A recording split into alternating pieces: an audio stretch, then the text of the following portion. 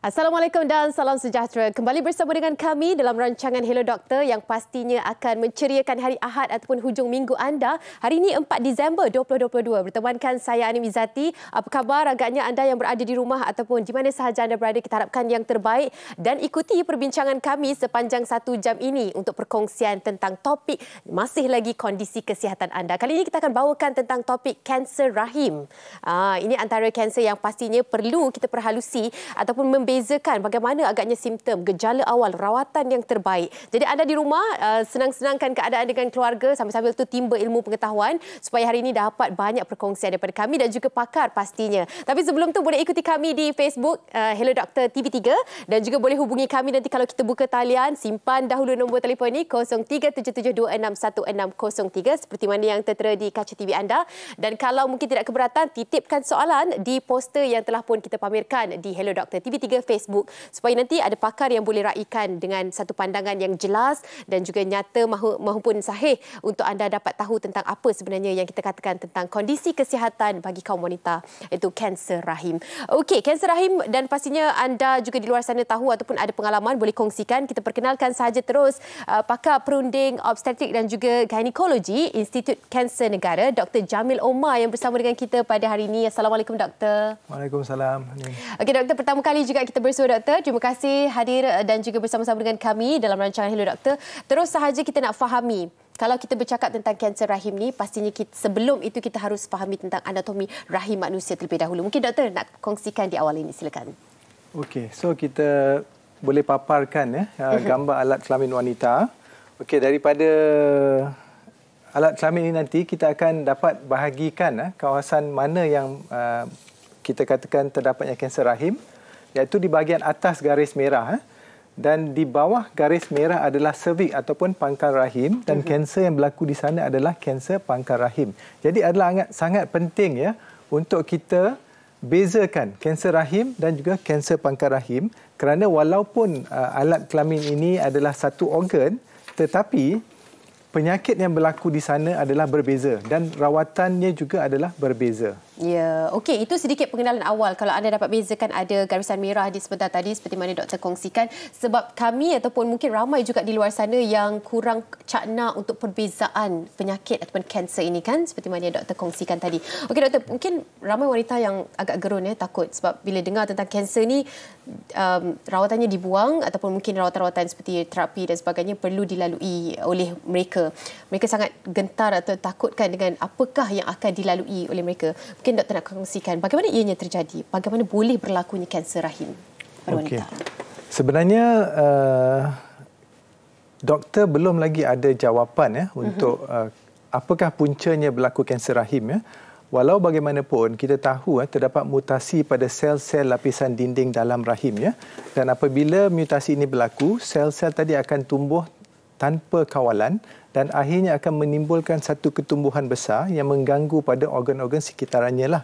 Dan ini juga penyebab berlakunya perdarahan terutamanya selepas menopause. Okey, selepas menopause yang dimaksudkan oleh doktor tu maknanya adakah tempoh dia yang panjang untuk kita dapat nampak ataupun beberapa lama, beberapa bulan selepas tidak datang haid itu sendiri boleh dikatakan itu merupakan tanda awal bagi kanser rahim tersebut? Okey.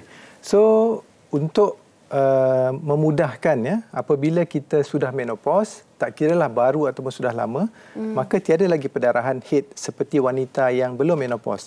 Jadi apabila datang saja darah selepas kita menopause, kita hendaklah berhati-hati dan cepat dapatkan nasihat atau pemeriksaan doktor. Okay. Jadi mungkin kalau umur kita di Malaysia ni sekitar umur 48, 49, 50 atau 51, itu adalah umur yang selalunya wanita mengalami menopause. Okey?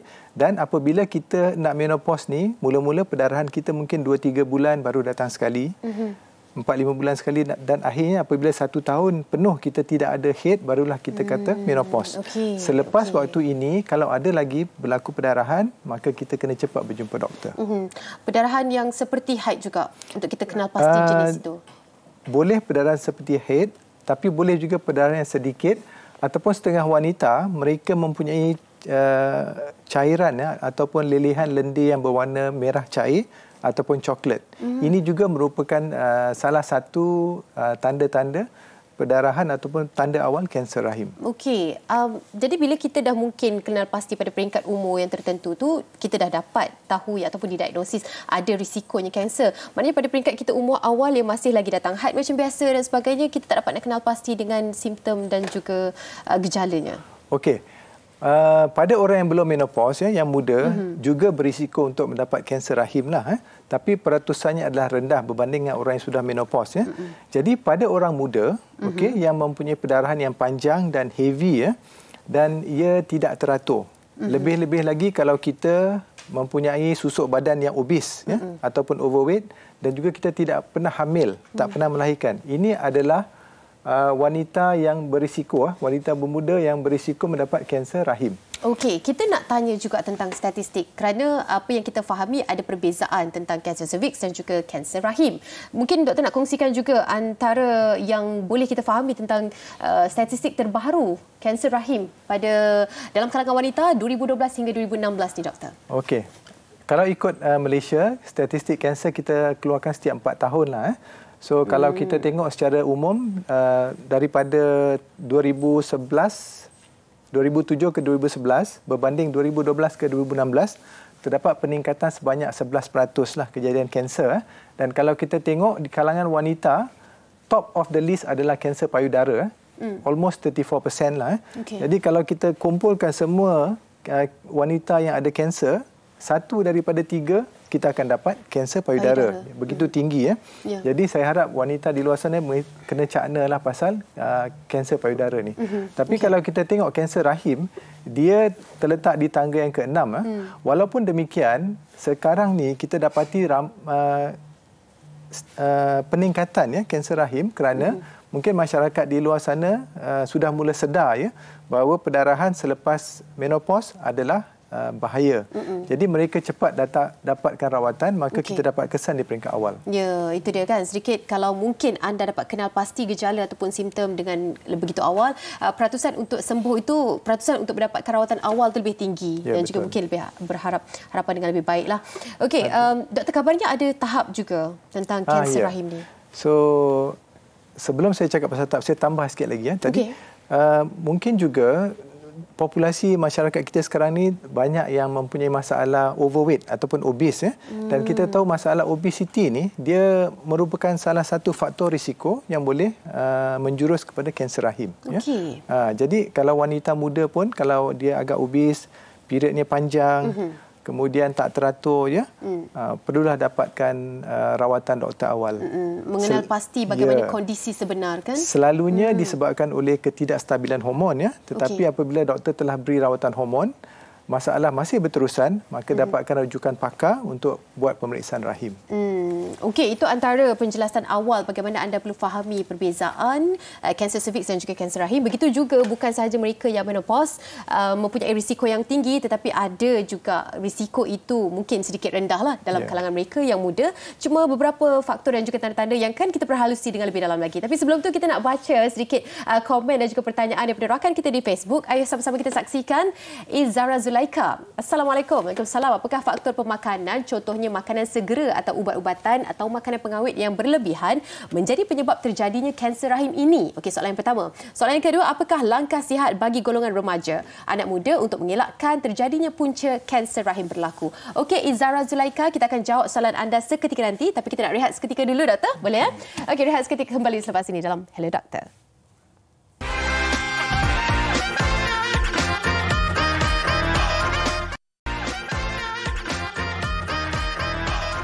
Hello Doktor, kembali bersama dengan anda. Saya Ani Mizati dan juga Dr. Jamil bersama dengan anda untuk kita kongsikan tentang topik kanser rahim. Bagi mereka yang belum lagi singgah ke Facebook kami, cepat-cepat singgah untuk anda titipkan soalan sebab insyaAllah kita akan raikan seperti mana Izara Zulaika dah pun kongsikan soalan tadi. Sekali lagi kita tunjukkan kepada anda, soalannya ada dua. Faktor pemakanan, contohnya makanan segera, ubat-ubatan, makanan pengawet berlebihan ni, adakah ianya menyebabkan terjadinya kanser rahim?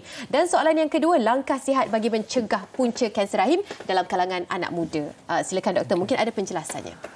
Okey, terima kasih Puan Izara Zulaika. So sebenarnya macam saya kata tadi, doktor masih belum ada jawapan apakah punca sebenar kanser rahim ni.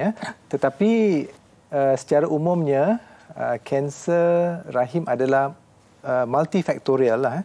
Dari segi keturunan, dari segi pemakanan mungkin ya, tapi bukanlah faktor yang sebenar, yang 100% ya. So kalau cakap makanan segera atau ubat-ubatan atau makanan pengawet yang berlebihan, saya rasa itu adalah makanan yang tidak sihat lah. Jadi saya sebagai doktor menasihatkan supaya kita kurang ataupun jauhkan daripada makanan-makanan tadilah. Walau bagaimanapun, kalau kita nak kata ia adalah penyebab, secara langsung tu tidak ada lagi saintifik yang membuktikan. Tidak ada kaitan, betul. Ada saya terbaca satu artikel, alang-alang ni doktor selitkan, ada saya terbaca satu artikel, kalau makan ubat tentang mungkin kanser payudara yang disarankan oleh doktor, boleh menyebabkan terjadinya kanser rahim. Okey, penjelasan doktor. Okey. Ubat yang dimaksudkan itu adalah ubat tamoxifen. Tamoxifen ni dia punya efek adalah di anti-estrogen yang boleh mencetus kanser payudara Jadi apabila sakit telah mengalami pembedahan ataupun rawatan radioterapi dan kemo, mereka akan diberi rawatan hormon tamoxifen. Jadi hormon itu bagus untuk mencegah terjadinya recurrent kanser payudara. Tetapi paradoksikal, maksudnya keadaan yang sebaliknya, di rahim dia akan merangsang untuk pertumbuhan lapisan dalam dinding rahim. Jadi perangsangan ini menyebabkan kadang-kadang setengah-setengah wanita yang ambil hormon tadi boleh mendapat perdarahan dan bila diperiksa mempunyai pangkar rahim. Kanser rahim. Okey, itu juga anda perlu caknalah tahu mungkin boleh tanya terlebih dahulu, konsultasi daripada doktor yang terbaik jika ingin mengambil ubat seperti mana yang dimaksudkan tadi. Okey, ada soalan daripada selebriti doktor. Bukan saya saja tanya soalan kat doktor ni. Ada seorang selebriti juga nak tanya soalan berkaitan dengan topik kita pada hari ini. Jom sama-sama kita dengarkan. Hai doktor, saya nak tanya, adakah wanita berusia yang menopause berisiko untuk terkena kanser rahim ni? Dan lagi satu, orang tu cakap kalau angkat benda berat-berat ni rahim kita boleh jatuh. Betul ke tidak doktor? Okey, satu soalan yang pertama tadi macam kita dah kongsikan jugalah, tapi mungkin mengapa doktor, rentetan daripada jawapan dia, mengapa dikatakan yang mereka menopause ni ada possibility dan juga risiko yang tinggi untuk kanser rahim. Dan juga angkat barang berat ni doktor, rahim jatuh. Bagaimana pandangan doktor? Silakan, gelak doktor. Okey, soalan yang pertama tadi tentang bila kita menopause memanglah kita ada risiko untuk mendapat kanser rahim tapi risiko itu bukanlah risiko yang tinggi Macam saya kata tadi, kalau kita tengok pun dari segi statistik dia adalah yang ke-6 lah Tapi yang paling penting apabila kita mengalami perdarahan semula ataupun ada lelehan cecair faraj yang berwarna kemerah-merahan ataupun coklat, segeralah datang berjumpa doktor Okey, untuk kenal pasti. Yes, betul. Kemudian perkara kedua, apabila kita angkat barang berat dapat rahim yang jatuh itu adalah risiko yang rendah lah Tapi kalau kita ada, contohnya kita ada batuk yang kerap contoh orang yang merokok kerap batuk, kemudian memang kerja dia angkat barang berat, contoh orang yang membanting tulang lah, kerja angkat barang berat-berat, memang ada risiko rahim tu jatuh. Tapi rahim jatuh ni tak ada kaitannya dengan kanser rahim. Kanser rahim itu kita perlu fahami perbezaan lah keadaan dengan kondisi kesihatan. Okey, ada seorang lagi doktor, rakan kita di Facebook, Nur Syahida binti Abdul Aziz. Assalamualaikum. Waalaikumsalam doktor. Saya berumur 51 tahun. Dah 5 bulan tak datang period, tapi tiba-tiba datang. Period makan masa yang agak panjang selama 2 minggu. Adakah itu tanda-tanda kanser? Terima kasih. Okey, terima kasih Puan Nur Syahida. Doktor, mungkin bagaimana melihat kepada kondisi yang dikabarkan? Okey, so Puan Syahida berumur 51 tahun Dia sudah tidak datang period lebih kurang 5 bulan Okey, so kalau dia datang period semula, macam saya kata tadi, sekiranya sebelum 5 bulan ni period masih lagi normal, keadaan ini mungkin kita kata perimenopause lah. So kalau perimenopause ni pun kita kena berhati-hati juga Jadi perimenopause biasanya dia akan selang bulan lah. Lepas 5 bulan dia datang, mungkin 5 bulan lagi atau 6 bulan datang lagi sekali. Tahun berikutnya mungkin setahun dia tak ada. Maka itu kita confirm menopause lah Tapi waktu ini kita masih kata perimenopause. Tapi kalau beliau merasa risau, beliau boleh datang berjumpa doktor dan doktor akan buat ultrasound untuk tengok ketebalan dinding rahim tadi.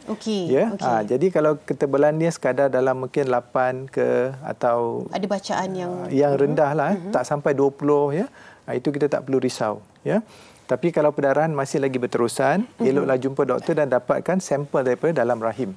Itu boleh confirm kita ada kanser rahim atau tidak. Ya, kadang ada kegusaran kita kan. Kita rasa macam lain je ni kan. Mungkin tekstur darah dan sebagainya pun agak berlainan. Yang paling penting sekali mendapatkan pandangan daripada doktor dan juga ujian-ujian yang disarankan. Okey, terima kasih kepada Puan Nur Sahida. Kepada anda semua yang nak kongsikan soalan, kita alu-alukan berkaitan dengan topik kita pada hari ini, kanser rahim. Kerana kita bersama dengan Dr. Jamil untuk kongsikan kepada anda penjelasannya bagaimana. Doktor, mungkin kita nak pergi kepada antara punca antara individu yang mungkin boleh kongsikan juga pendarahan selepas tempoh menopause yang menjadi tanda amaran kanser rahim ini. Adakah ianya perlu dirisaukan pada tahap bagaimana dengan kecaknaan rakyat Malaysia sekarang ni? Okey, pada pandangan saya lah, kita tak nak menyukarkan apabila kita sudah menopause, langsung tidak ada haid dalam masa setahun, kemudian datang semula pendarahan, teruslah jumpa doktor dan dapatkan pemeriksaan. Sebab sepatutnya apabila sudah menopause, sudah kering, kita tak sepatutnya datang lagi haid. Jadi kita kalau dapat pendarahan selepas menopause, soalan nombor satu kita kena tanya diri kita, adakah kita ada mengambil ubat-ubat tertentu yang mungkin mengandungi hormon yang boleh merangsang pertumbuhan dinding rahim tadi. Okey, bila bercakap tentang hormon ni, apa yang kita fahamlah kan masa kita belajar tentang hormon yang dihasilkan oleh ovari itu sendiri, estrogen dan juga progesteron. Bagaimana kita nak cakap turun naiknya hormon ini yang menyebabkan ada kaitannya dalam konteks kanser rahim yang kita perbualkan sekarang ni, doktor? Okey. So kalau kita tahu ada dua jenis hormon tadi, estrogen. Estrogen ni fungsi dia merangsang lapisan dalam dinding rahim, Manakala hormon progesteron efek dia menipiskan atau meruntuhkan pangkal rahim, lapisan dinding dalam rahim tadi. Jadi untuk tujuan reproduksi, hormon estrogen akan merangsang dinding dalam rahim untuk bertumbuh dalam masa 2 minggu, Jadi dinding rahim yang tebal ini bersedia selepas 2 minggu kita akan datang waktu subuh yang mana satu telur akan dilepaskan. Jadi sekiranya berlaku persenyawaan, maka hormon estrogen dan progesteron tadi akan sama-sama meneruskan kandungan dan tidak akan berlaku keruntuhan dinding rahim. Tapi sekiranya tiada orang yang belum berumah tangga ataupun mereka yang tidak bersama waktu subuh, selepas terbebasnya ovum tadi, telur tadi, hormon progesteron akan meningkat dan peningkatan hormon progesteron ini akan meruntuhkan dinding rahim tadi dan keluar sebagai haid atau menses lah. Tapi bagi wanita yang kadang-kadang dia punya hormon tak stabil, hormon estrogen terus merangsang lapisan dinding rahim tanpa ada counter effect daripada progesteron yang mengawal. Jadi bila tak ada kawalan, dia terus tumbuh tebal dan tebal, akhirnya boleh mencetus mutasi dan boleh menjadikan kanser lah. Okey, itu yang kita fahami sebenarnya kan. Kena benar-benar faham bagaimana turun naiknya dua hormon wanita ini secara langsungnya boleh kita kaitkan tentang possibility kanser rahim tersebut. Ada satu kenyataan juga saya baca, mereka yang tak pernah berkahwin ataupun tak pernah melahirkan anak lah terutama sekali, risiko yang tinggi. Adakah itu juga yang perlu kita fahami? Okey, apabila kita tidak melahirkan anak, kita kata nulliparous lah, ia merupakan satu faktor risiko untuk kanser rahim. Apabila seorang wanita itu mengandung, dalam masa 9 bulan, dinding rahimnya berehat. Tiada lagi pertumbuhan untuk tebal, penebalan, runtuh, tebal, runtuh. Jadi dalam 9 bulan berehat, sel-sel dinding rahim dapat menyembuhkan diri mereka lah.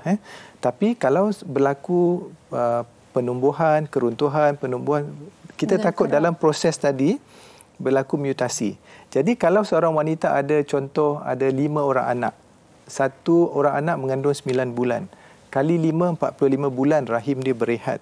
Jadi 45 bulan ni lebih kurang hampir 4 tahun. Hampir 4 tahun.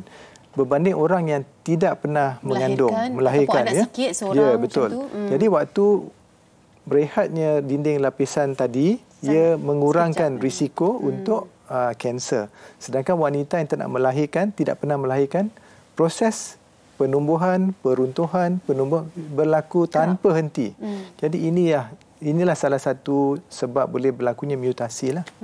Okey, doktor, satu penjelasan yang baik sekali. Cuma kita juga nak fahami, macam tadi statistik menunjukkan kanser pangkal rahim ataupun cervix jatuh pada tempat ketiga. Kanser rahim ini tempat ke-6. Mungkin doktor nak kongsikan sikit perbezaan. Kalau tadi doktor dah kongsikan hormon itu bagaimana turun naiknya secara langsung terhadap kanser rahim. Bagaimana pula dengan kanser cervix, doktor? Okey, kanser cervix merupakan kanser yang lain daripada kanser rahim ya. Ia berlaku di pangkal rahim atau pintu rahim ya. Okey.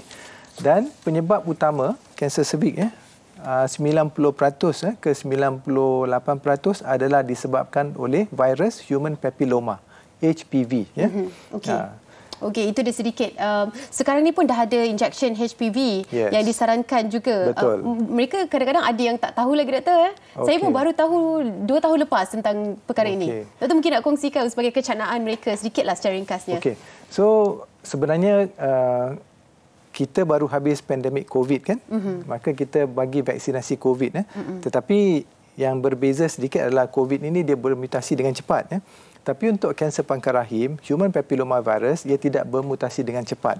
Jadi apabila kita bagi vaksin, terutama macam di Malaysia, kerajaan bagi pada kanak-kanak sekolah rendah, tingkatan 1 berumur 13 tahun ya. Okey, jadi dia mempunyai 2 dos sajalah. Tapi untuk wanita yang sudah lebih daripada 15 tahun, lebih daripada 18 tahun, mereka perlu ambil 3 dos. Okey, HPV vaksin. Dapatkan di anda boleh mendapatkan konsultasi doktor lah kan, boleh tanya tentang vaksin HPV ni untuk mengelakkan daripada sebarang perkara seperti mana yang dikongsikan tadi, spesifiknya kanser pangkal rahim. Okey, terima kasih doktor, sedikit penjelasan, tapi doktor jangan ke mana-mana sebab kita masih lagi nak dengarkan pandangan doktor. Cuma kita nak kongsikan juga soalan daripada salah seorang rakan kita di Facebook. Kali ini Puan Zatira Zakwan. Assalamualaikum doktor, adakah fibroid merupakan salah satu faktor kanser rahim atau tak rawati, tak detect dalam masa awal akan menjadi penyebab kanser rahim? Okey, Zatira Zakwan, kita akan jawab soalan anda seketika nanti. Kita nak rehat seketika, kembali selepas ini hanya dalam Hello Doktor.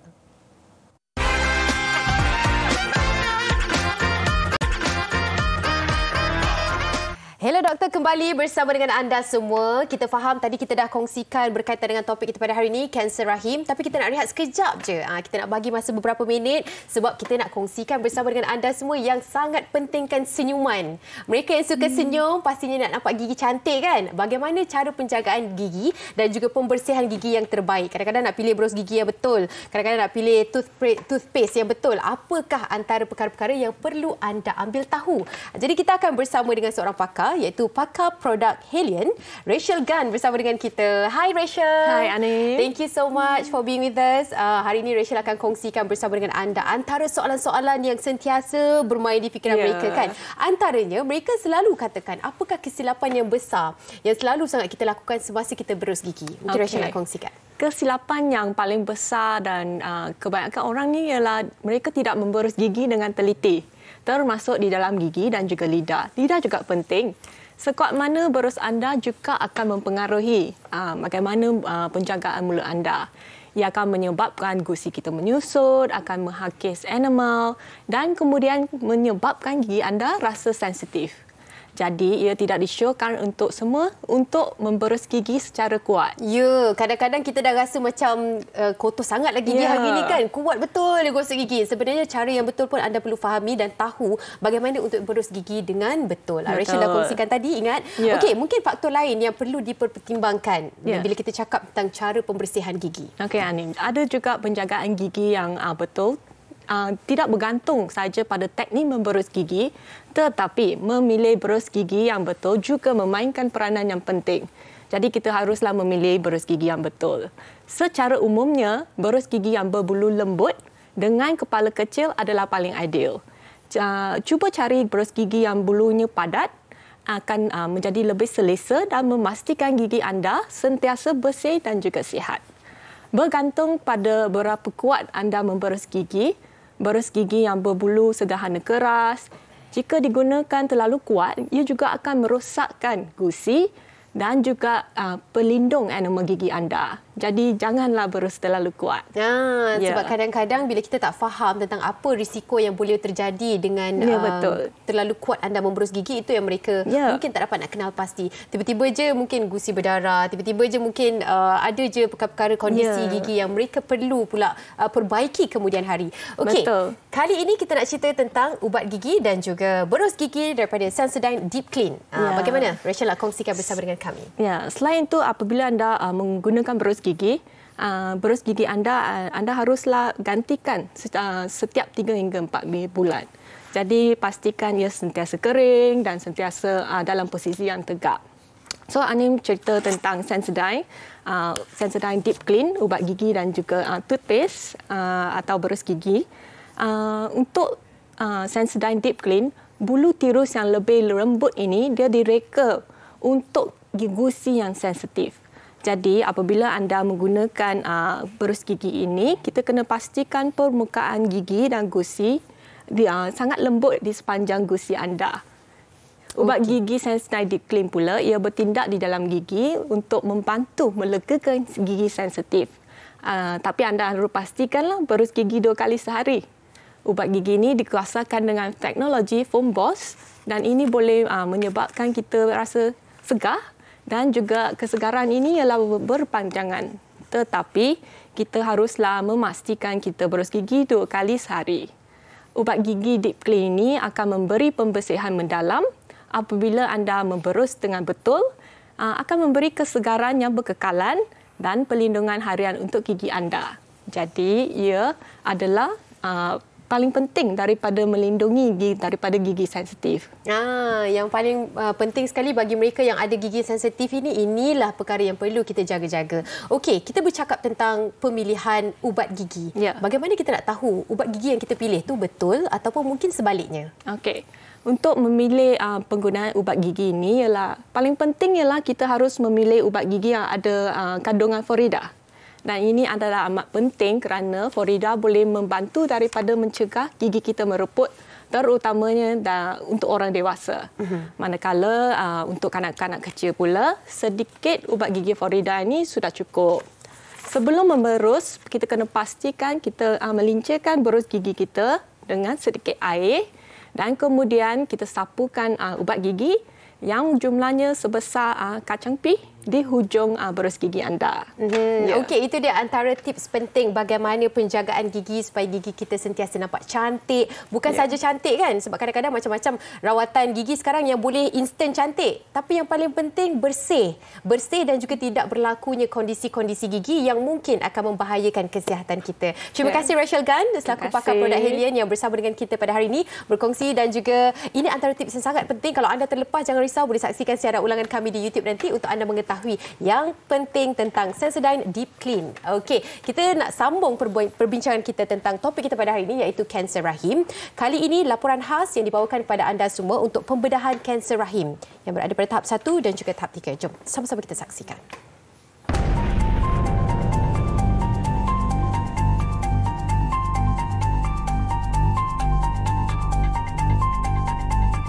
Dalam kes kanser rahim ni, biasa mereka akan mempunyai perdarahan yang panjang, ya.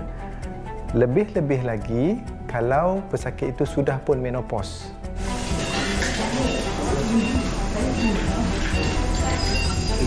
Untuk rawatan kanser rahim, rawatan sebenar adalah pembedahan. Okey. Sama ada beliau memerlukan rawatan lanjut dalam bentuk radioterapi ataupun kemoterapi, bergantung kepada stage penyakit tersebut.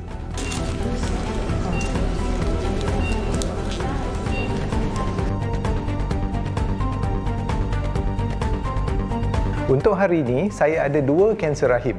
Jadi saya akan ada 2 kaedah pembedahan, iaitu nombor 1 kaedah pembedahan laparoskopi, yang mana kebanyakan pesakit mahu, ya. Sebab apa?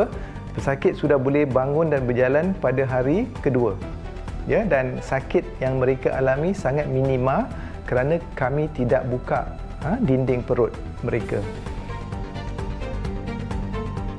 Untuk kes kedua, kami akan buat pembedahan secara open, laparotomi. kerana kanser sudah besar ya, dan tidak boleh dibuat secara laparoskopi. Jadi secara ringkasnya pada hari ini saya ada 2 kaedah pembedahan lah, laparoskopi dan laparotomi.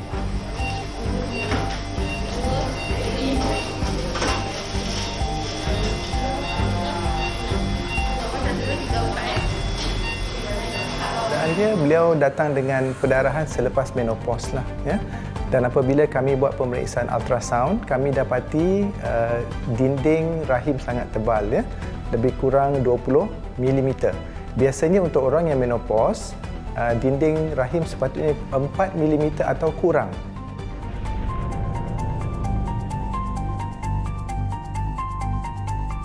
Setiap pembedahan mempunyai risiko masing-masing. Jadi kalau untuk pembedahan kanser rahim, semasa pembedahan, risiko yang ada adalah cedera atau luka pada pundi kencing, pada usus kecil, usus besar dan organ-organ yang berkaitan lah.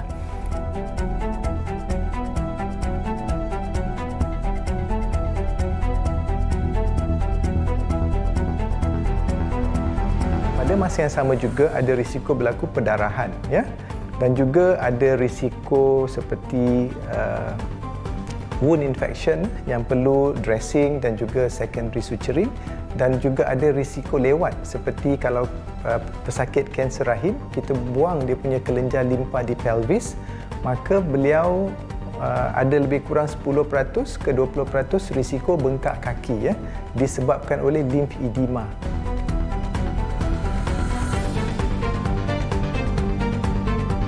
Selepas 2 jam pembedahan laparoskopi dijalankan, Dr. Jamil berjaya mengeluarkan rahim pesakit yang mengalami kanser tahap 1. Sel kanser dapat dilihat pada permukaan dalam rahim ini. Dia punya tekstur tu, nampak? Betul. Okey, kita bandingkan dinding sebelah kanan. Sebelah kanan, dia bersih, nampak tak? Sini. Rahim pesakit kanser tahap 3 ini berjaya dikeluarkan melalui pembedahan laparotomi. Tengok dekat sini ada bahagian yang macam keras sikit, okey, ini lembut kan. Fibroid, dia punya tisu jenis lain ini bukan kanser. Perbezaan nyata dapat dilihat pada struktur dalaman rahim ini. Kalau penyakit di tahap 1 ni, 1A, lebih kurang 90-95% mereka akan sembuh dalam masa 5 tahun lah. Walau bagaimanapun, sekiranya kanser tersebut telah merebak ke tempat lain, maka peratusan untuk sembuh semakin menurun lah.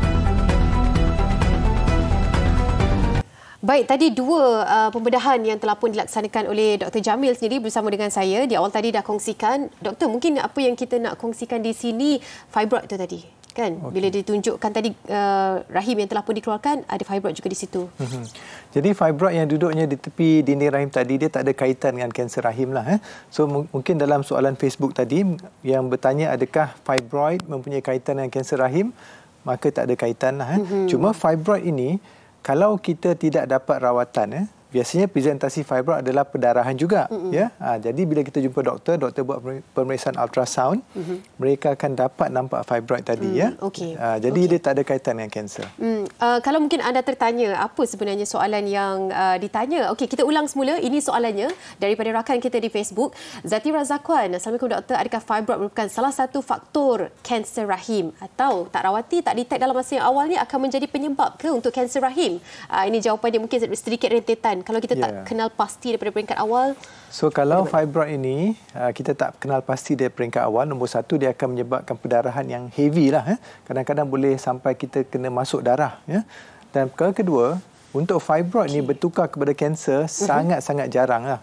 Mungkin dalam 3 dalam 1000 kes lah. Untuk fibroid tu jadi sarkoma.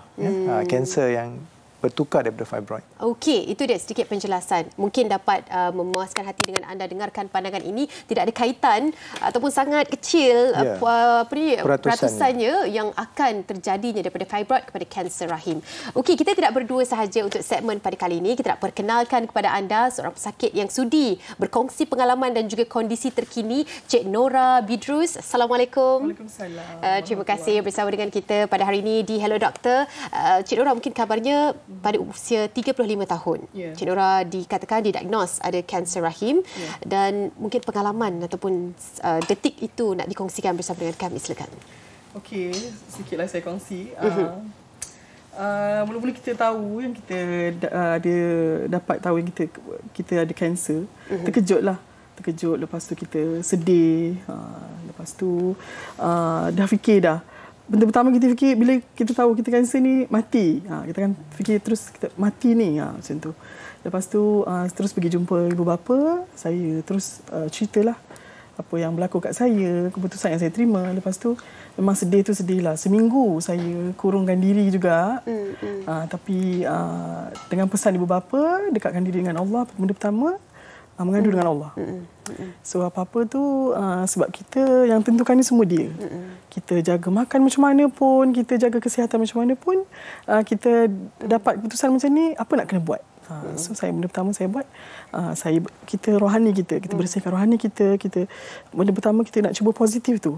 Susah sebenarnya. Tapi penerimaan awal tu sebenarnya kan. Betul. Tapi lama-lama saya tak boleh diam ni. Saya kena buat sesuatu. Itulah. Okey, kita berhenti di situ, maknanya sedikit perkongsian bagaimana terjadinya masa usia 35 tahun. Sekarang Puan Nora 37. Okey, 2 tahun sekarang. Okey, 2 tahun. Doktor, mungkin doktor nak klasifikasikan bagaimana kondisi Puan Nora ketika itu. Okey, Puan Nora semasa selepas dibedah, lebih kurang 2 ke 3 minggu selepas dibedah, maka laporan perubatan tentang report tadi atau kita panggil histopatology report keluar. Maka kita akan teliti satu persatu lah staging kanser rahim itu. Dan kita dapati beliau mendapat kanser rahim tahap 1B. Jadi tahap 1B ni dia punya kanser tu masih berada di dalam rahim dan dia kurang daripada 50% dinding rahim yang terlibat. Lebih 50%. Ini menyebabkan beliau perlu menjalani rawatan tambahan dalam bentuk radioterapi lah, iaitu brachytherapy. Dan dilalui berapa, dia ada cycle seperti mana yang kita fahami? Biasanya dibagi dalam 3 atau 4 lah cycle. Sekarang ni masih lagi menjalani rawatannya? Untuk rawatan susulan saja 3 bulan sekali. Tapi last selesai pada 24 November hari tu. Dan selepas ni 6 bulan sekali pula macam tu. Berusia 35 tahun. Sebab tadi kita dah kongsikan peratusan ataupun risiko selalunya yang terjadi adalah mereka yang dah menopause dan sebagainya kan. Jadi kondisi yang dialami oleh Cik Nora ini sendiri mungkin sedikit yang dikatakan menguatkan lagi lah, ini bermakna mereka yang bukan menopause pun boleh terjadinya doktor kanser rahim tersebut. Apa yang menyebabkan Cik Nora kata saya nak pergi cek, saya rasa ada benda yang mungkin tidak selesa di sini? Apa yang menyebabkan? Ada gejala, tanda? Dah semestinya lah ada tanda kan. Saya bleeding yang teruk, pendarahan yang teruk, sehingga sampai macam doktor share tadi, kena tambah darah. Sampai tahap tinggal 4. Maaf saya doktor. Hemoglobin. Yes, tinggal 4 dan doktor takut, doktor kecemasan, warning lah, ni bahaya ni, boleh bawa maut, dia kata macam tu. Jadi saya tak boleh buat, saya tak diam, saya kena cek ni. Maknanya masa tu ada rasa tak selesa, nak pingsan ke apa ke? Pening tak ada, cuma badan lemah, rasa lemah. Lepas tu sebab terjadi ni kena pergi hospital. Di situlah tahunya kondisi sebenar. Itu dia Cik Nora bersama dengan kita. Banyak lagi sebenarnya kita nak tanya soalan daripada Cik Nora. Pastinya tentang penjagaan kan selepas pembedahan ataupun prosedur itu telah pun dilaksanakan. Kita nak rehat seketika. Jangan ke mana-mana, teruskan bersama dengan kami.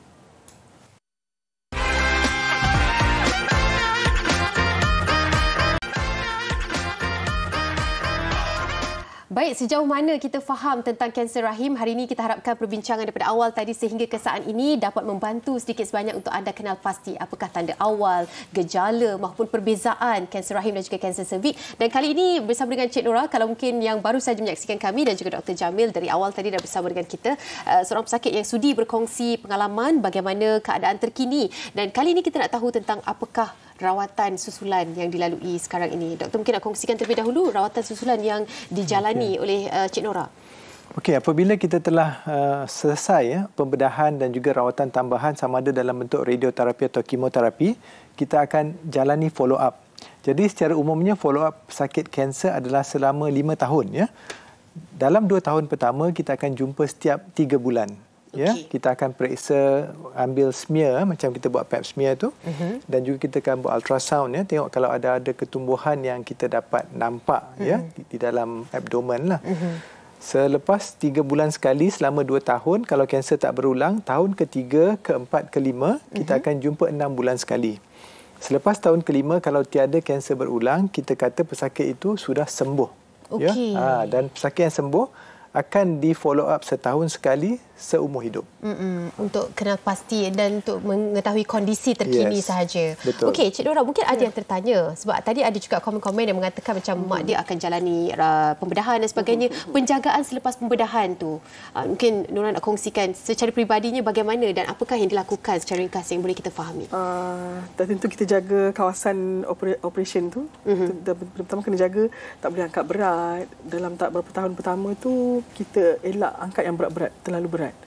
Contoh macam ahli meja kursi ni pun kita kena tengok berapa berat kita nak angkat tu, mampu tak. Kadang-kadang boleh, pernah saya cuba masa tu gotong royong, saya angkat meja je. Rasa pedih. Beberapa hari tu rasa pedih sedikit di kawasan tu. Kawasan operation tu. Kadang-kadang kita terlupa kan. Macam biasa kita boleh buat benda ni kan. Itulah yang kena berjaga-jaga. Seronok angkat berat ni, seronok nak angkat tu, angkat ni kan. Habis makan ke apa ke tak ada pantang. Ada orang kata tak boleh makan daging, tak boleh minum susu. Doktor gelak lah kan. Semua mitos ke doktor? Okey, kalau cakap pasal pemakanan ni, saya rasa tentu kita kesianlah sebab pesakit kanser ni pun dia pun manusia macam kita juga.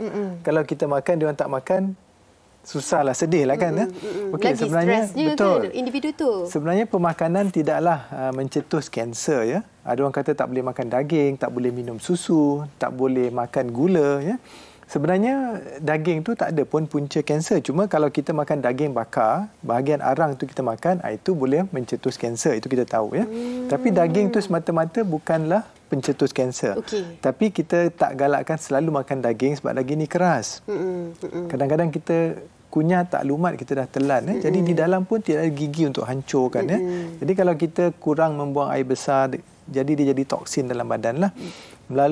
Mengenai susu pula memang tak ada masalah. Dan gula pula, sel badan kita adalah perlukan gula ya untuk tenaga. Jadi sel kanser puncanya daripada sel badan kita yang telah bermutasi. Jadi mereka juga perlukan gula ya. Jadi kalau kita langsung tak ambil gula, pesakit sendiri akan jadi lemah dan mungkin tak bermaya, dan secara tak langsung boleh menyebabkan proses penyembuhan menjadi lambat. Itu dia kan. Kadang-kadang orang kita selalu dengar orang cakap kan, jangan makan daging, jangan makan yang seperti mana kita kabarkan tadi. Sebenarnya inilah penjelasan daripada doktor. Okay, doktor nak kongsikan juga mitos lah sebenarnya ya. Doktor dah terangkan kat situ.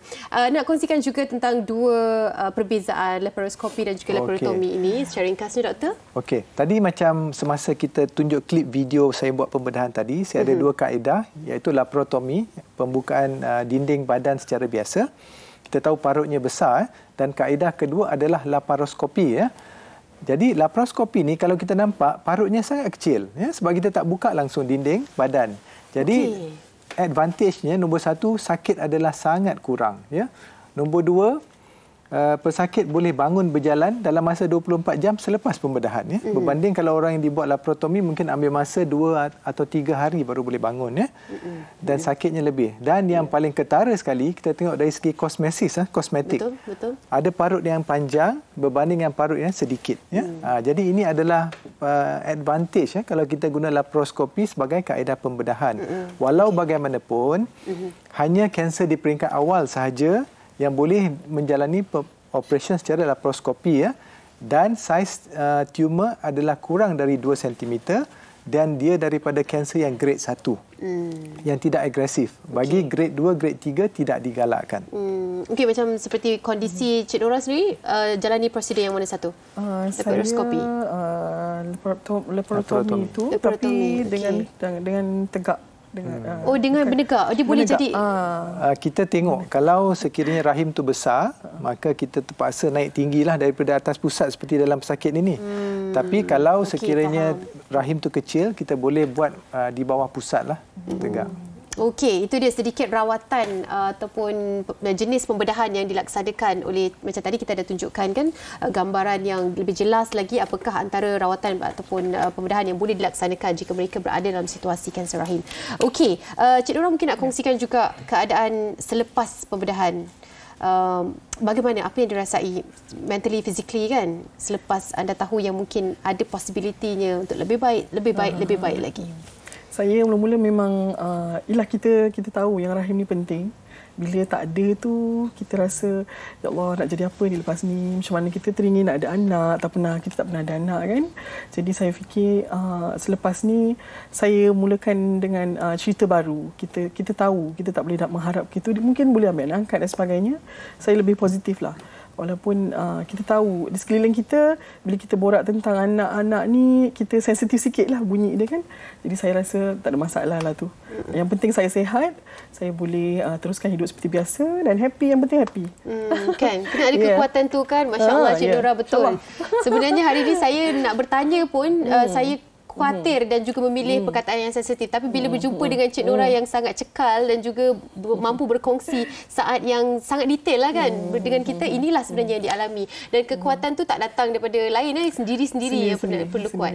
InsyaAllah. Okey, Dr. Jamil, mungkin nak sampaikan sedikit pesanan kepada mereka di luar sana tentang kecaknaan lebih awal ni mungkin dapat mengurangkan lagi possibility untuk menjadi lebih serius. Silakan. So secara umumnya saya nasihatkan masyarakat kita untuk mengamalkan kaedah hidup sihat lah. Kita bersenam sebab apa? Macam kita tahu tadi, obesiti merupakan salah satu faktor risiko kanser rahim. Jadi dengan hidup sihat, sekurang-kurangnya kita kurangkan faktor risiko. Nombor 2, bagi wanita yang sudah menopause, sekiranya berlaku lagi datang haid atau perdarahan, dapatkan pemeriksaan segera. Dan yang ketiga, untuk wanita-wanita muda yang mempunyai perdarahan yang panjang, yang tidak mempunyai anak, juga perlu dapatkan pemeriksaan ya. Dan terakhir sekali saya ingin tambah sedikit tentang hormon tamoxifen yang saya sebut tadi bagi pesakit kanser payudara.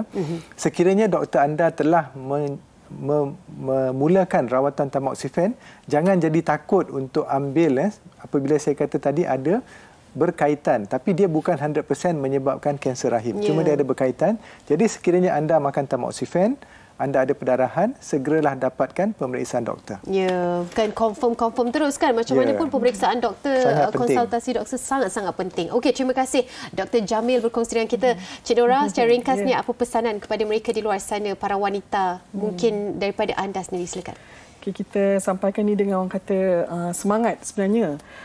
Siapa-siapa yang pernah berlaku ataupun yang akan berlaku dan seterusnya dah orang kata dah sampai ke tahap 2 dan tahap 3 dan 4 dan kritikal dan sebagainya, jangan takut, teruskan hidup, semangat yang penting, banyak berdoa yang penting, kena kuat, apa pun kena kuat.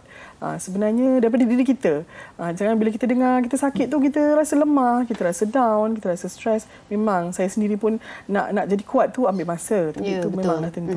Cuma bila ada macam doktor pesan tadi, bila dah rasa lain, kita tahu badan kita, bila ada yang berbeza, ada yang berubah, cepat-cepat datang pergi jumpa doktor. Jangan ambil sebarang ubat dan sebagainya bukan dekat pasaran. Itu yang paling penting. Dekat pasaran tu saya pesan, kita perlu nasihat doktor. Apa-apa jumpa doktor dulu. Okey, itu dia. Terima kasih banyak-banyak kita ucapkan kepada Cik Nora Bidrus yang berkongsi dengan kita, dan juga Dr. Jamil Omar, pakar perunding obstetrik dan ginekologi Institut Kanser Negara, berkongsi dengan kita pada hari ini tentang topik kanser rahim. Kepada anda semua di luar sana, terima kasih kerana menyokong kami, dan minggu hadapan kita akan berjumpa lagi dalam Hello Doktor dengan topik yang berbeza. Assalamualaikum, jaga diri. Thank you, Doktor.